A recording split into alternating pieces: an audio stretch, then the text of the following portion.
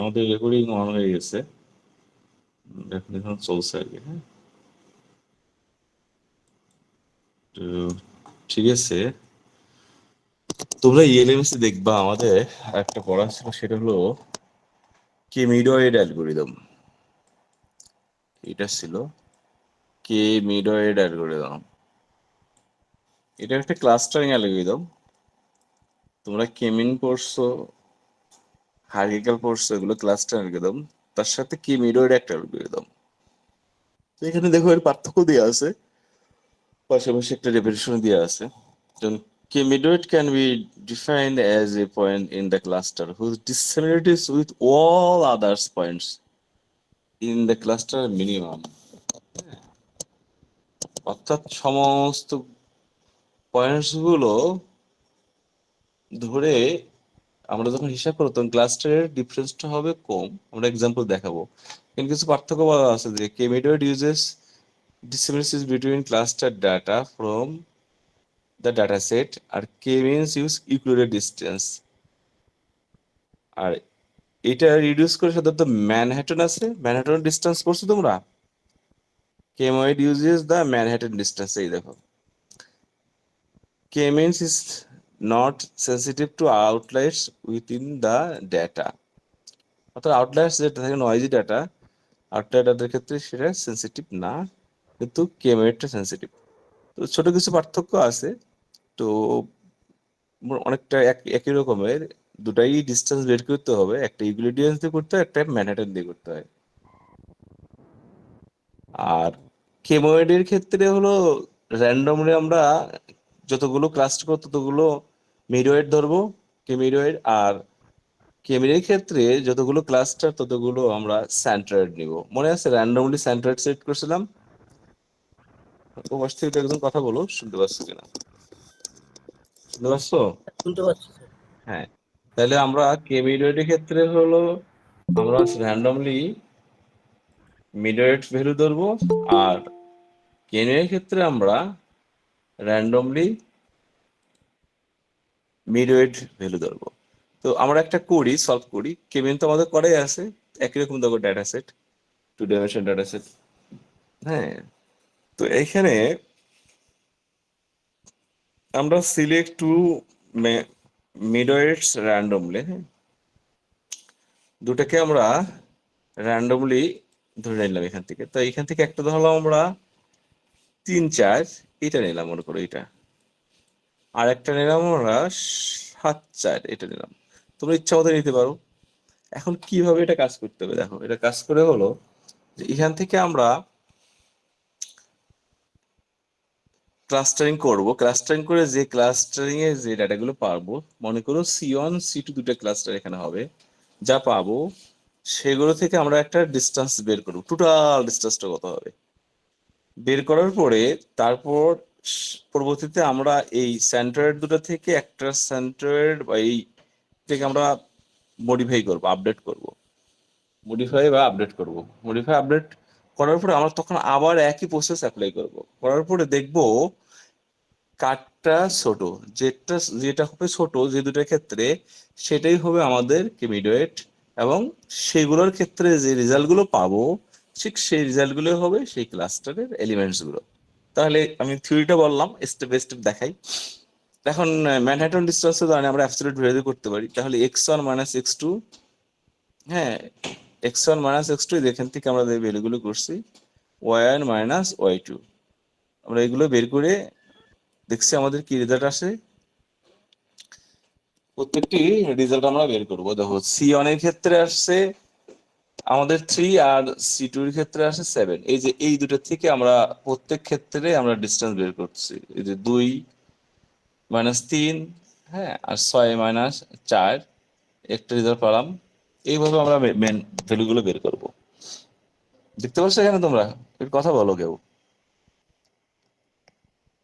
একজন কথা বলো ওপাশ থেকে। জি স্যার, দেখতে পাচ্ছি স্যার। হ্যাঁ, তারপরে আবার একই রকম ভাবে এই যে যেমন আছে 7 হ্যাঁ, যদি আমরা এটা করি 2, তারপরে 4 - 6 ম্যানহাটন করলে পরে এখান থেকে দেখবা এই যে এরকম 7 আসে। তো এর মধ্যে থেকে ছোট কোনটা সেটা আমরা সেই ক্লাসটা জানি। এর মধ্যে ছোট হলো সিওন ক্লাস্টার, এই যে সিওন ক্লাস্টার দেখছো, সিওন ক্লাস্টার আমরা বের করলাম। আবার একইভাবে আমরা 3 এবং 4, তো 3 আর 4 যদি এটা করি তাহলে তো 0 হবে, তাই না? আর 3 আর 4 যদি আমরা 7 আর 4 এর সাথে করি তাহলে এখানে 4 হবে, তাহলে এটা ছোট, তাহলে সিওন। একইভাবে আমরা 3 and 8, এই দুটো থেকে এই দুটো ম্যানহাটন ডিস্টেন্স, আর এটা থেকে 7, 4 ম্যানহাটন ডিস্টেন্স করলে আমাদের এখান থেকে যে রেজাল্টটা আসবে সেটা হলো এরকম। তা এটা ছোট, তাহলে ছোটটা এখানে রাখলাম। তোমরা কি এই ক্যালকুলেশনটা বুঝতে পারছো কিনা? আমি এখানে 2-1টা এক্সাম্পল দেখাইছি, বাকিগুলো তোমরা ক্যালকুলেটরে বসাই দিবা। কি বুঝতে পারছো? জি স্যার, বুঝতে পারছি। হ্যাঁ, আমার দিকে দুটো ডিস্টেন্স, একটা ডিস্টেন্স এটার থেকে একটা, এখানে দেখাইছি একটা এক্সাম্পল। হ্যাঁ, আমার মনে করো 3-4 থেকে একটা এক্সাম্পল দেখাইছি। তো বাকি তোমরা এই যে এখানে আরো বাকিগুলো আছে, শুধু সি অনেরটা দেখালাম। C2-র জন্য 3 থেকে 7 দেখে আগে আমরা বিয়ে করতে পারি। হ্যাঁ, দেখছো, প্লাস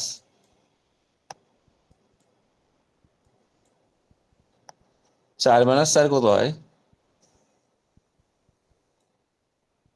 0 স্যার।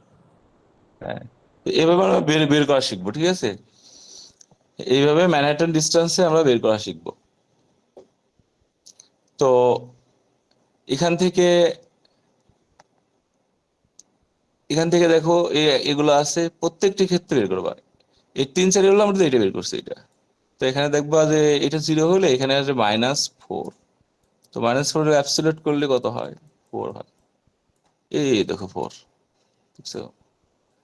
তো একটা দেখলাম আমি তোমাদের। তাহলে পরবর্তীতে আমরা কি কাজ করব? ক্লাস্টার হয়ে গেল। মূলত C1-এর কয়টা আসছে এখানে? C1-এর এখানে আসছে 4টা, আর এখানে C2-এর আছে বাকিগুলো 10টা, 6টা। তাহলে আমরা ক্লাস্টারগুলোকে সাজালাম এভাবে। সাজানোর পরে দেখো C1-এর পেলাম এগুলো, আর C2-এর পেলাম এইগুলো। এখন এইখান থেকে যে ক্যালকুলেট করবো টোটাল কস্ট, সেই টোটাল কস্ট ক্যালকুলেশনটা হলো একটা ফ্যাক্ট। এই জিনিসগুলো আবার কে মেনে ছিল না। এখানে দেখো এটা ছিল আমাদের হলো কি মিডওয়েট ভ্যালু, আর C2 এর ক্ষেত্রে ছিল এটা। তাহলে এখানে কিভাবে বের করব? কস্ট হলো বের করব, ইকুইভ্যালেন্ট ডিসটেন্স বের করবা। কিভাবে ডিসটেন্স বের করবা? এরকম ভাবে, অথবা তুমি ম্যানহাটন দিয়ে ডিসটেন্স করা, 3 থেকে 2 বিয়োগ 4 থেকে 6 বিয়োগ, যোগ 3 থেকে 3 বিয়োগ 4 থেকে 8 বিয়োগ, যোগ 3 থেকে 4 বিয়োগ 4 থেকে 7 বিয়োগ, যোগ এই 7 থেকে 6 বিয়োগ, যোগ 7 থেকে 6 বিয়োগ 4 থেকে 2 বিয়োগ, যোগ 7 থেকে 6 4 থেকে 4, যোগ 7 থেকে 7 4 থেকে 3, যোগ 7 থেকে 8, যোগ 4 থেকে 5, যোগ আবার দেখো 7 থেকে 7 4 থেকে 6, যোগ এই টোটালটা করে কস্ট বের করলে এই রেজাল্টটা পাওয়া যায়। আমি এখানে কস্ট লিখছি, তোমরা এগুলো ডিস্টেন্স বের করে এভাবে তুমি দেখতে পারো। এখান থেকে কস্ট বের করার ফর্মুলা দেওয়া আছে। ম্যানহাটন দিয়ে করলেও সমস্যা নেই, এই যে ম্যানহাটন দিয়ে দেওয়া আছে অ্যাবসলিউট ভ্যালু দিয়ে, এইখানে সেটও করে দেওয়া আছে। দেখছো, এইটা ধরে এটার থেকে সবগুলো দুটারই একসাথে যোগ করে টোটাল কস্ট হবে। এটা পারবো আমরা? এখানে সেট করা আছে, জাস্ট তোমরা কস্টগুলো বের করে ফেলবা। বেশ করে বের করে দেখছি আমি যে 20 আসে। কত আসে? 20 আসে। এটা কি বের করে বুঝছো এই ফর্মুলা দিয়ে? জি স্যার, বুঝছি স্যার। হ্যাঁ, সেন্টারের ভ্যালু, এইটা। তাহলে এইটা দিয়ে বাকি দেখো হয় যে এখানে সেট করা আছে 3-4 থেকে 2-6 এর দূরত্ব কস্ট, 3-4 থেকে 3-8, 3-4 থেকে 4-7, তারপরে যখন 2 আসে তখন কিন্তু 7 থেকে আসবে। 7-4 থেকে 6-2, 7-4 থেকে 6-4, 7-4 থেকে 7-3, 7-4 থেকে 8-5, এই 7-4 থেকে 8-5, 7-4 থেকে 7-6, 7-6, সবগুলো কস্ট যোগ করলে এটা হয়।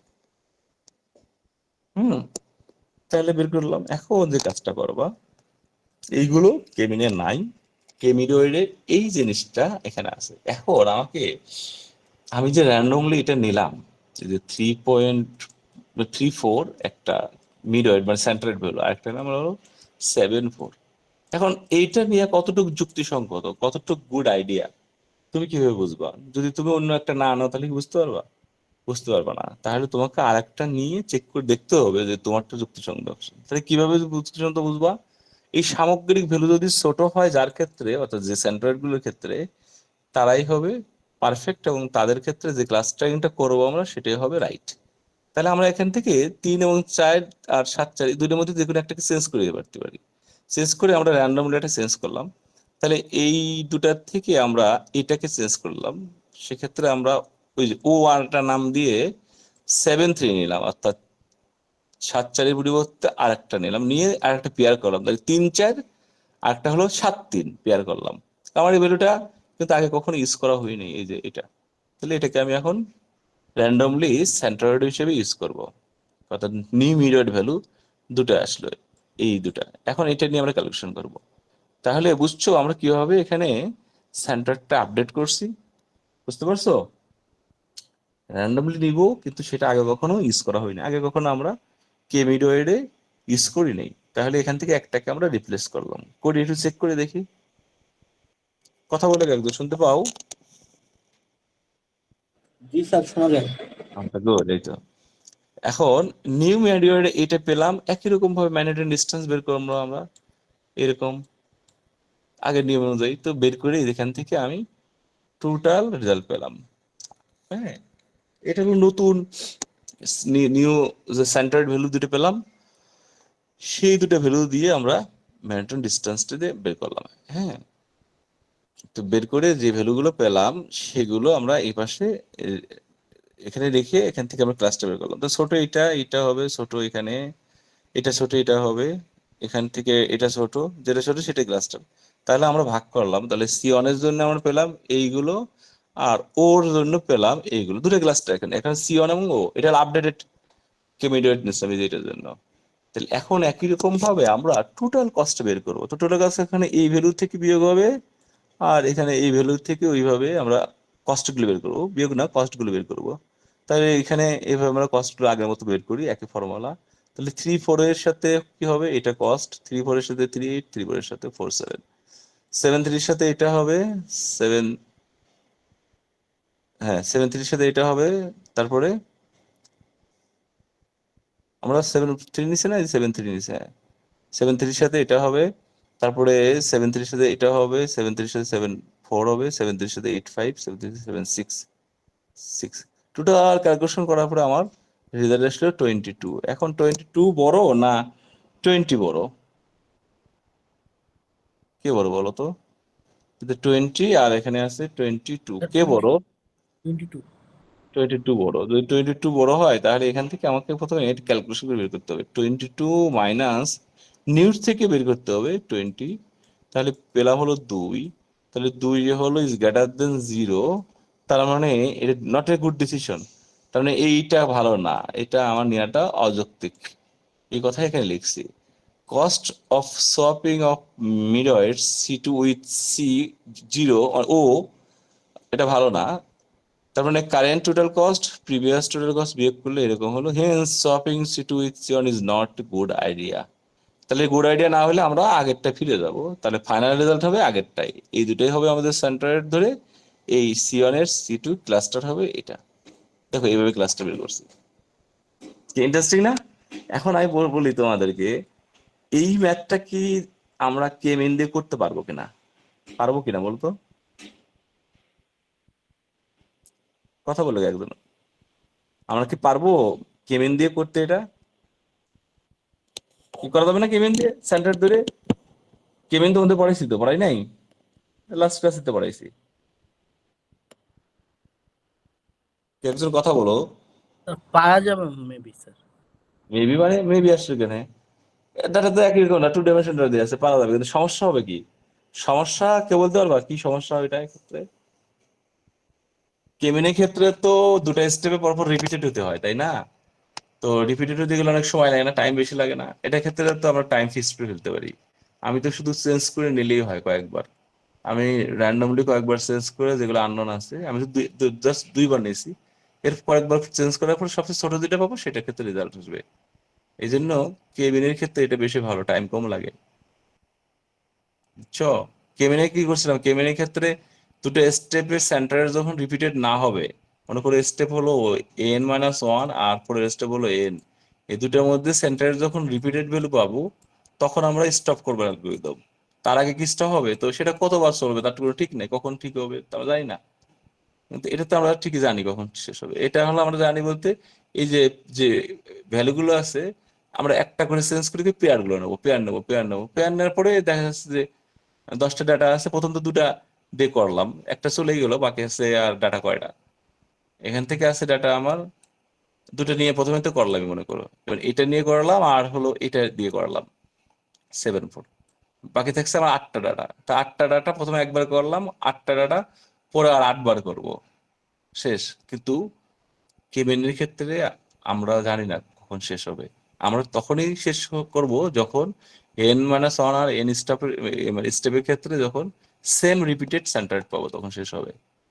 তাহলে বলো এখন ভালো কোনটা?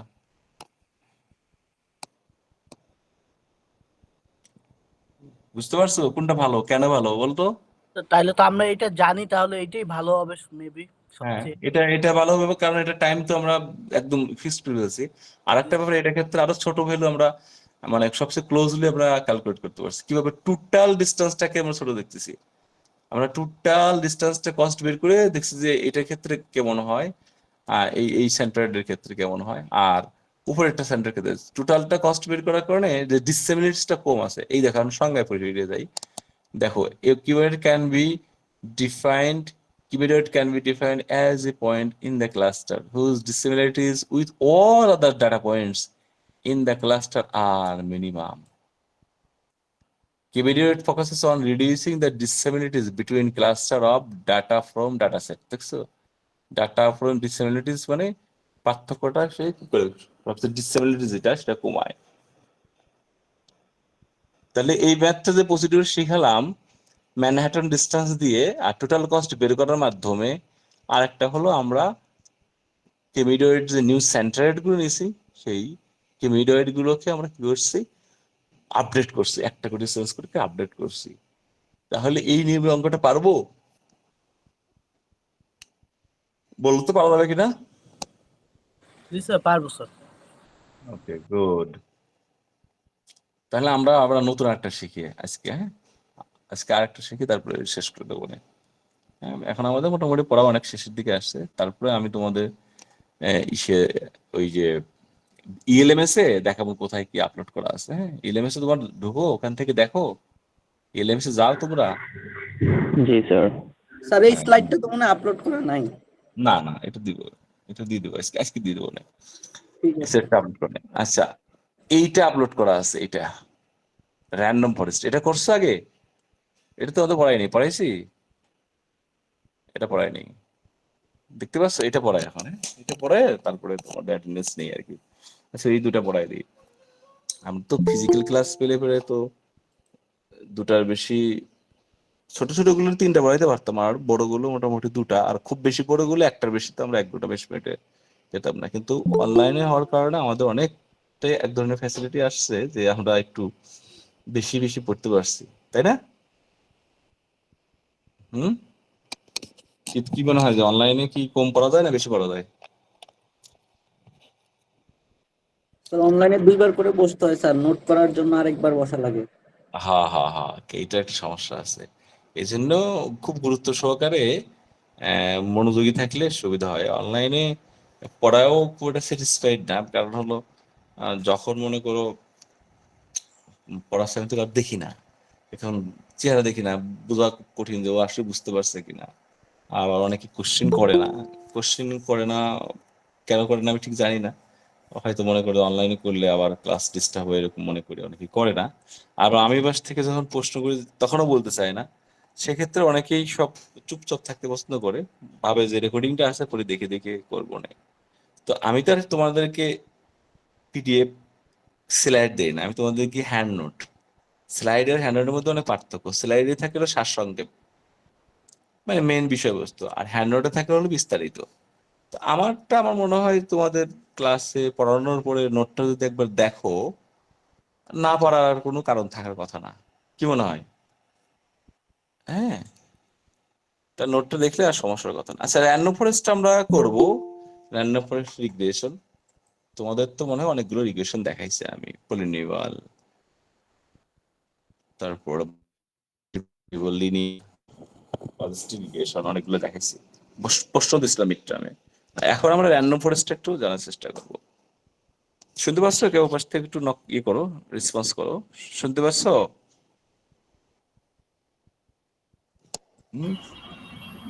জি স্যার, শোনা যায়। ওকে, তাহলে আমি একটু দেখাই তোমাদের র্যান্ডম ফরেস্টটা। এটা ছোট, সহজ, বাস এটা একটু দিয়ে তোমরা কাজও করো। কনসেপ্টটাই দেখাচ্ছি ম্যাথের মাধ্যমে। তোমাদের প্রজেক্ট গুলো আছে, অনেকেই র্যান্ডম ফরেস্ট অ্যাপ্লাই করছে। দেখো, random forest regression based on multiple decision tree, অর্থাৎ আমরা একটা ডেটা সেটকে একটা ট্রি দিয়ে মনে করো রেজাল্ট বের করে তার একটা আউটপুট আমরা বের করতে পারি। মনে করো টি ওয়ান দিয়ে আমরা এক্স ইনপুট একটা ভ্যালু আছে মনে করো 5, আমরা টির জন্য আমরা এক্স ইনপুটের একটা আউটপুট পেলাম ওয়াই সমান সমান 7.5। একটা রেজাল্ট আমরা পেতে পারি টি ওয়ানের জন্য। আবার আমরা মনে করো এরকম টি, 50টা টি আছে মনে করো, টিরি আছে, তো 50টা টিরি দিয়ে এরকম এক্স ইনপুট দিয়ে দিয়ে 5 দিয়ে দিয়ে অনেকগুলো ওয়াই পেলাম। তারপরে সেগুলোকে আমরা কি করলাম, গড় করে একটা রেজাল্ট পেলাম। আমার প্রশ্ন হলো, একটা ট্রি দিয়ে এরকম প্রেডিকশন করে ওয়াই আউটপুট পাওয়াটা অ্যাকুরেট, না 50টা ট্রি এই দিয়ে এই এক্স 5 ইনপুট প্রত্যেক ট্রির ক্ষেত্রে দেওয়ার পর একটা রেজাল্ট আমরা পেলাম, সেই রেজাল্ট গুলোকে গড় করলে একটা রেজাল্ট পাবো ওয়াই ফাইনালি, সেটা কি ভালো হবে? কোনটা ভালো হবে বলো তো? তুমি বুঝতে পারছো আমার প্রশ্নটা?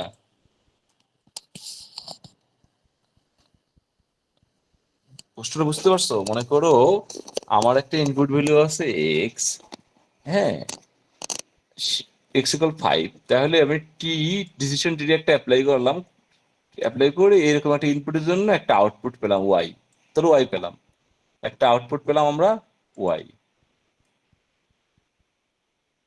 আরেকটা হলো যে আমার 50টা ডিসিশন ট্রি আছে, আমি এক্স ইনপুট দিলাম, 50টা ডিসিশন ট্রির মধ্যে এক্স ইনপুট দিলাম, দিয়ে তারপরে আমি এরকম 50টা আউটপুট ওয়াই পেলাম, তারপর আমি অ্যাভারেজ করে একটা রেজাল্ট বের করলাম।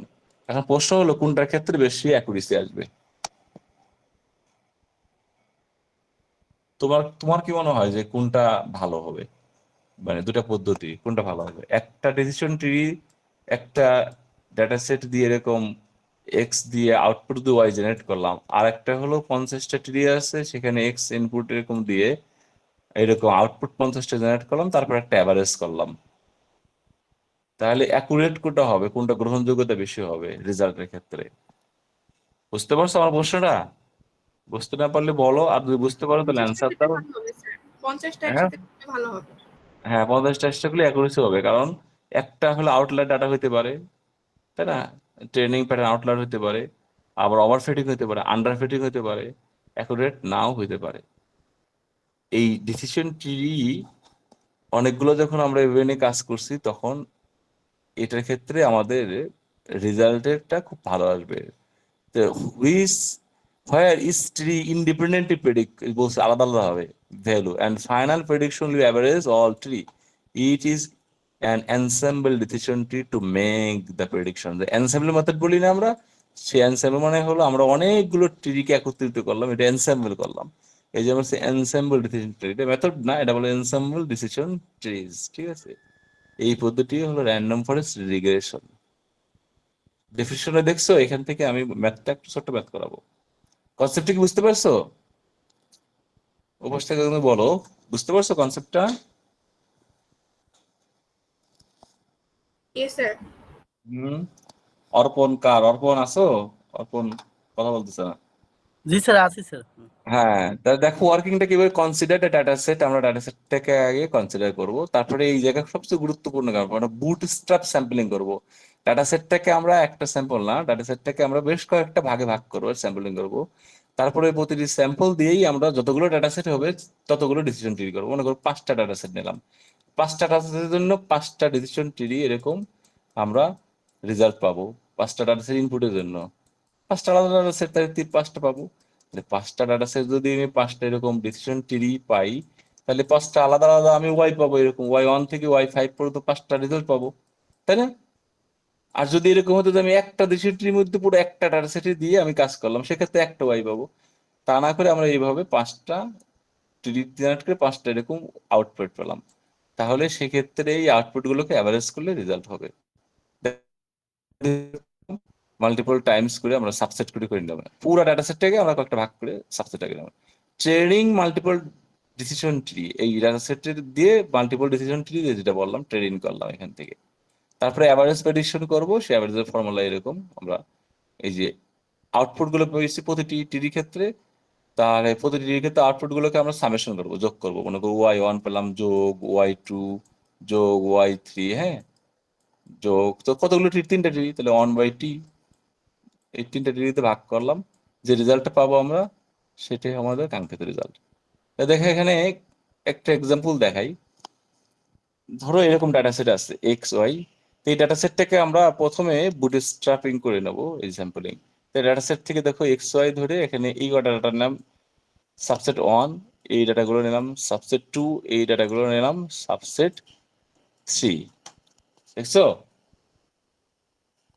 তো দেখতে পাচ্ছ ডাটাগুলো, দেখো ডাটাগুলো কিছু মিল আছে কিছু অমিল আছে, কিছু আছে এখানে কিছু নাই এখানে, আমরা একটা সাবসেট তৈরি করলাম। দেখো এখানে এখানে 1 2 এই ডাটাটা এখানে নাই, দেখো।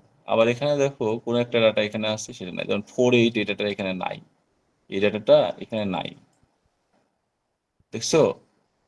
তো এখানে তো এটা নাই। এরকম ধরনের কিছু পার্থক্য করে আমরা ডাটাকে সাবসেট তৈরি করে নিলাম, বুটস্ট্র্যাপিং করলাম। এখন এই ডাটাগুলো দিয়ে এই ডাটার জন্য একটা ট্রি, এটার জন্য একটা ট্রির আর একটা ট্রির মধ্যে আমরা ট্রেনিং করে T1 T2 T3 এরকম ট্রেনিং করে সেখান থেকে এইগুলো তো ইনপুট, আমরা এটার ক্ষেত্রে কি পাবো, আউটপুট পাবো, y1 y2 y1 y2 y3 এরকম আউটপুট পাবো।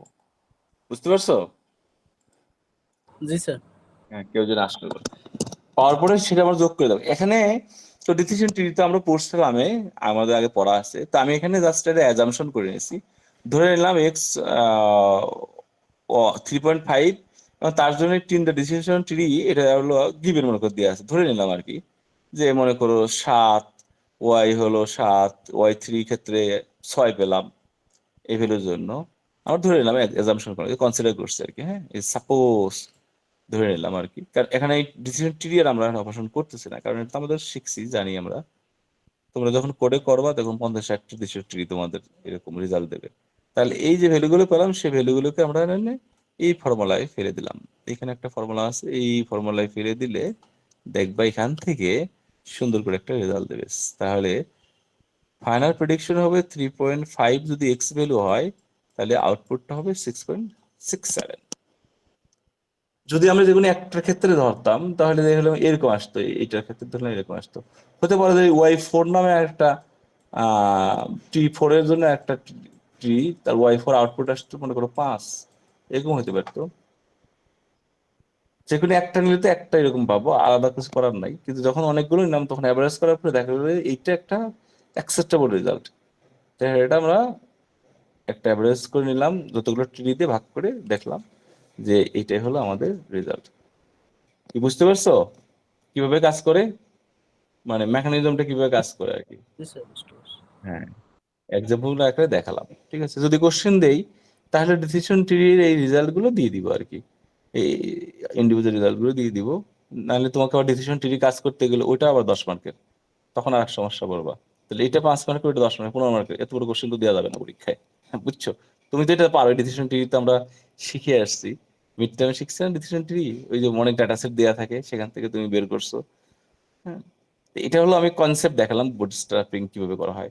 আর এই পার্টটা হলো যখন তোমরা প্রজেক্ট করবা, থিসিস করবা, তখন তোমরা কোড করে এখান থেকে তো 20 30 40 50 60 ট্রি রেজাল্ট করবে। যদি দেখবা ট্রির সাইজ দিয়ে আছে কতগুলো ট্রি নিবা তুমি, তো কনসেপ্টটাকে বুঝতে পারছো, পুরা সিস্টেমটা কিভাবে কাজ করছে।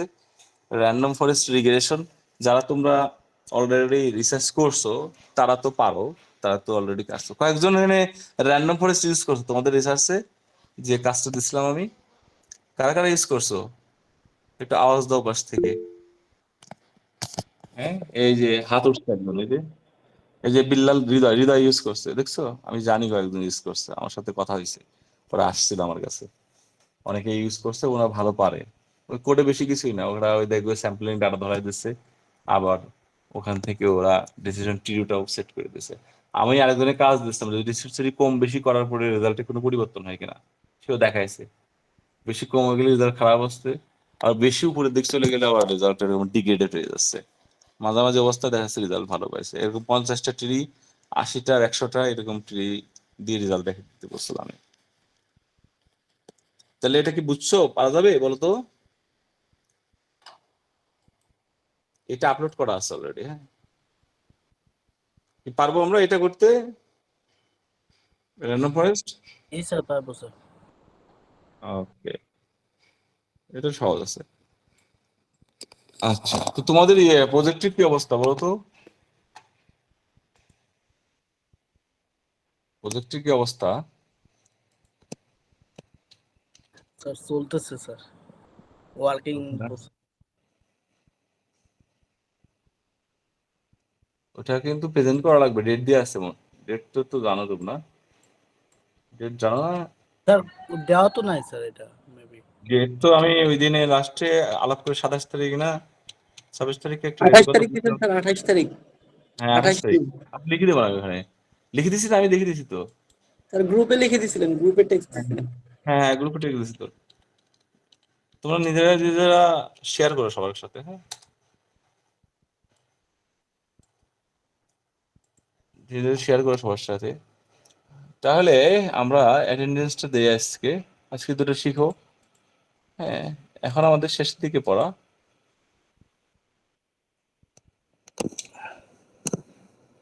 আমাদের এখানকার অনেক পড়াগুলো আছে যেগুলো মেশিন লার্নিং এর সাথে মিল আছে। যারা তোমরা প্রায় 10 জন মতন আছো মেশিন লার্নিং করো, তো সেখানেও দেখবা অনেকগুলো সিমিলার কন্টেন্ট পাবা আর কি। হ্যাঁ, সব না, কিছু তো লাগবে, কারণ ডাটা মাইনিং এ আমরা মেশিন লার্নিং থেকে অনেক অ্যালগরিদম গুলো শিখি, আর মেশিন লার্নিং এর থেকে অনেক বেশি পড়া থাকবে। আরিফ বিল্লাহ আসছো? Arif Billah, Prince Abir, Rabbi Islam, Rahat Ahsan, yes sir. Anika, Anika আসছো? Mitu, Afsunal Mayen, Iqbal Ahsan, present sir. রাজিয়া সুলতানা, রাজিয়া সুলতানা,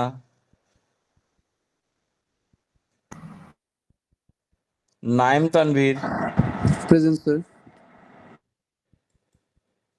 বিল্লাল হোসেন হৃদয়। বিল্লাল হোসেন হৃদয় যেন কোথায় দেখলাম, ও আছে আছে মনে হয় না? আচ্ছা আছে, দেবো যদি সামনে পাই। হ্যাঁ, তানভীর আছে। আবু সাইদ, সাইদ আছো?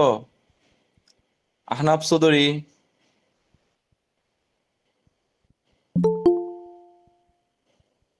Abdur Rahman, present sir. Manuddin Patwari, yes sir. Manuddin Patwari আছে। সোয়েব শারিয়া, শারিয়া নাই? Soyeb Sharia, Dipa, yes sir. Arjun Paul, Arjun Paul, Jewel Mia, present sir. Mahmudul Hasan, yes sir. Rashedul Islam Rashed, sir আছে স্যার, ওর ওই যে মাইক্রোফোনের সমস্যা, মানে নেট কানেকশন ইয়ে হয়ে গেছে আবার। দিয়ে দিয়ে দিছি। অর্পণ কার। Yes sir. এই তোমাদের মার্কস আমি আহ, ইসে মার্ক সিস্টেম বা রেজাল্ট সিস্টেমে আপলোড করছিলাম মিড টার্ম। তোমরা কি দেখতে পাও? আমি কিন্তু এটা ওপেন করে রাখছি তোমাদের দেখার জন্য, দেখতে পাও? স্যার কালকে দেখতে পাচ্ছি, এর আগে পাইতাম না স্যার। না, আগে তো করি নাই, করছি তো গত কাল না পরশু দিন করছিলাম। মানে এটা আমার একটা লাভ হলো যে আমি একটু আগে আগে কাজটা আগায় রাখতে পারলাম আর কি, আর তোমরাও একটু দেখতে পারলে। আর তোমাদের তো অনেকে দেখে গেছে এসে। দেখা যায় না ওভার থেকে? জি স্যার দেখা যায় স্যার। আচ্ছা ঠিক আছে, খুব ভালো। তাহলে ক্লাস টেস্টটা আপলোড করে দিব না? তোমরা দুটা করে ক্লাস টেস্ট দিছো না? স্যার একটা দিছি স্যার। সমস্যা নেই, নিব একটা না। হয়েছে স্যার আমাদের। হ্যাঁ, তোমাদের তো প্রজেক্ট না, তোমাদের তো প্রজেক্ট ক্লাস টেস্ট ওই প্রজেক্টের সাথে দেবো না, এখন দেওয়া যাচ্ছে না। তাহলে প্রজেক্টটা নেই, তারপর ক্লাস টেস্টের প্রজেক্ট মিলিয়ে ওখানে মার্কস দেবো। যাদের প্রজেক্ট ভালো হবে তাদের তার ক্লাস টেস্টের মার্কস দরকার নাই, যাদের প্রজেক্ট একটু খারাপ হবে ক্লাস টেস্টের মার্কস থেকে একটু করে ওখান থেকে নিয়ে নিবো না ওরা। হ্যাঁ, ক্লাস টেস্ট না দিলে তো তোমার আবার ই হবে না, ওই যে প্রিপারেশনটা ভালো হবে না। তোমার দেখো ক্লাস টেস্ট দেওয়ার কারণে কিন্তু মিড টার্ম পরীক্ষা ভালো হয়েছে। আমার জানা মতে খারাপ নাম্বার কেউ পায়নি, সবাই তো ভালো পাইছে। হ্যাঁ, তোমরা পড়ছো দিয়ে ভালো পাইছো। মিড ফাইনালও পড়ো, ফাইনাল ভালো করো। এই ডাটা মাইনিং কিন্তু খুবই ভালো রেজাল্ট করা যায়। এই কোর্সগুলোর ভালো রেজাল্ট না করলে কিন্তু অন্য কোর্স দিয়ে তুমি ভালো কিছু করতে পারবা না। হ্যাঁ, এই জন্য খুব সিরিয়াস থাকবা। আর আমি তো তোমাদেরকে হ্যান্ড ওভার দিয়ে দিচ্ছি, এগুলো পড়বা, আমার কথা শুনবা, দেখবা সবচেয়ে ভালো করতে পারবা। তাহলে আহমেদ জিবাইল আছো? আহমদ জিবাইল তো অনেকদিন মিস দেখি। নাফি? Mr. President, sir. হ্যাঁ। সাজিদ আহমেদ? সাজিদ আহমেদ। অনলাইন ক্লাস তো সহজ, অনলাইন ক্লাসে দেখে এত উপস্থিতি কম। আমাদের 41 জনের মধ্যে 28 জন আছে। সাজিদ নাই। সাইমুল ইসলাম? সাইমুল ইসলাম, সাকিব উদ্দিন নিলয়, প্রেজেন্ট স্যার। আতিকুর রহমান রোহিত? রোহিত আছে, Atikur Rahman. Ahmad Hasan? Present, sir. Abu Hasnat? Yes, sir. Sir, present. Ahmed, Abu sir. Hasnat আছে। আচ্ছা, রোহিত নাই না? রোহিত নাই তাহলে। কণামণি? Yes, sir. Ripa? Yes, sir. Tanvir? Yes sir.